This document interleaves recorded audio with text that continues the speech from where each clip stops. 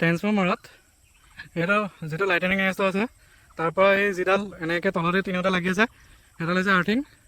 তাৰপিছত আছে A B switch, যিটো ব্ৰেকাৰ বুলিও কোৱা হয়। চুইচ মানেতো ব্ৰেকাৰেই হয় ন, ভাঙি দিয়ে মানে কাৰেণ্টটো মাজতে ৰখাই দিব পাৰে, সেইটো খুলি দিব পাৰে।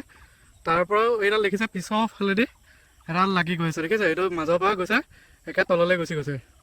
তাৰপিছত আহিছে ফিউজত এয়া দেখিছে পিছফালৰ পৰা এইটো 3 নম্বৰটোৰ পৰা এই লাষ্টৰ ফালৰ পৰা মানে পাহাৰটোৰ পৰা 3 নম্বৰটোৰ পৰা তললৈ নামি গৈছে এইডাল আৰ্থিং। আৰু এ বি চুইচৰ মানে 2 নম্বৰটোৰ পৰা গৈছে। তাৰপিছত আহিব ফিউজটো আহিলে, তাৰপিছত এতিয়া হৈছে ট্ৰান্সফৰ্মাৰ।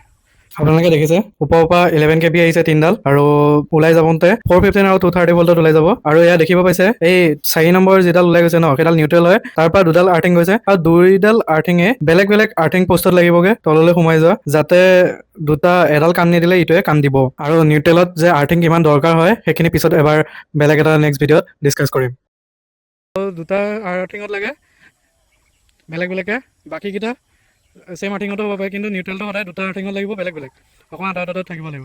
তাৰপিছত এইটো দেখিছে তাৰ তলত দেখিছে এইটো বাওঁহাতৰ পৰা 2 নম্বৰটো যে এইটো এই যোনকেইডাল আৰ্থিঙৰ কাষেদি গৈ আছে সেইডালো আৰ্থিং হৈছে। এইটো ট্ৰেন্সফৰ্মাৰ বডি আৰ্থিংটো হৈ গৈছে, তাৰ ওপৰতো হৈছে নিউট্ৰেলৰ আৰ্থিং।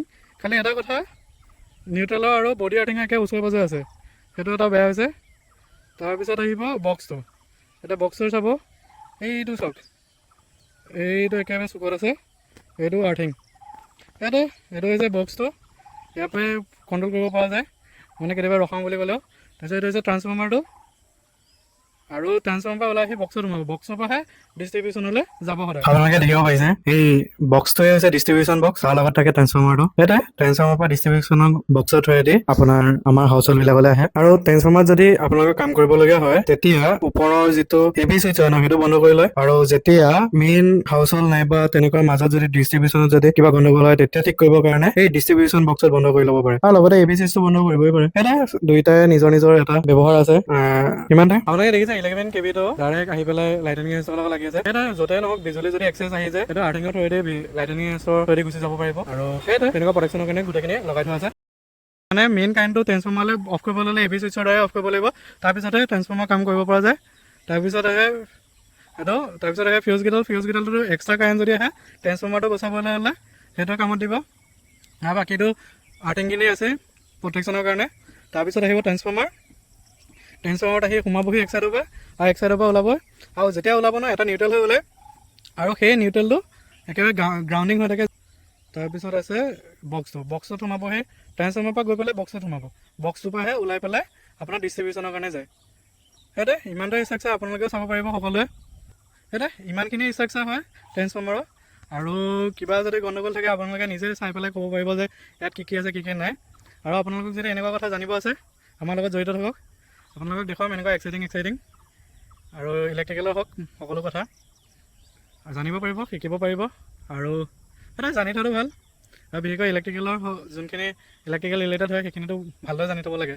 সেইখিনি আৰ্থিং ক'ৰ পৰা থাকে আৰু নিউট্ৰেলটো কি হয়, আৰু আৰ্থিং কেইডাল থাকে। অল টোটেল ইয়াততো 7টা আছে, 7টাৰ পৰা আপোনাৰ 6টা আৰ্থিং থাকিব, 6টা আৰ্থিঙত পকাই দিয়ে। কিন্তু যেতিয়া নিউট্ৰেলৰ যিটো আৰ্থিং হয় ন দুডাল, তাৰপৰা দুডাল ওলাওঁতে সদায় দুটা পইণ্টত যাব, মানে এডাল আৰ্থিঙতে গৈ নোসোমায়গৈ। মানে কিবা কাৰণত যদি এটা আৰ্থিঙে কাম নিদিয়ে বেলেগটোৱে কামত দিব বুলি এইটো স্পেয়াৰ হৈ থাকে। মানে সেইটো দুইটাই কামতে লাগে, মানে কিবা কাৰণত যদি এটাও গুচি যায় ইটোৱে মেনেজ কৰি ল'ব, মানে সেইটো কাৰণে।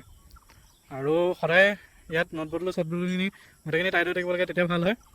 এইটোতো ডাইৰেক্টলি বাহিৰৰ পৰা ছাইডতো ক'ব পৰা নাযায়, সেইটো অভাৰঅল চাব পৰা যায়। আৰু এনেকুৱা ধৰণৰ কিবা জানিব আছে যদি আৰু কমেণ্টৰ থ্ৰুৱেদি জনাব, মই দেখুৱাই দিম।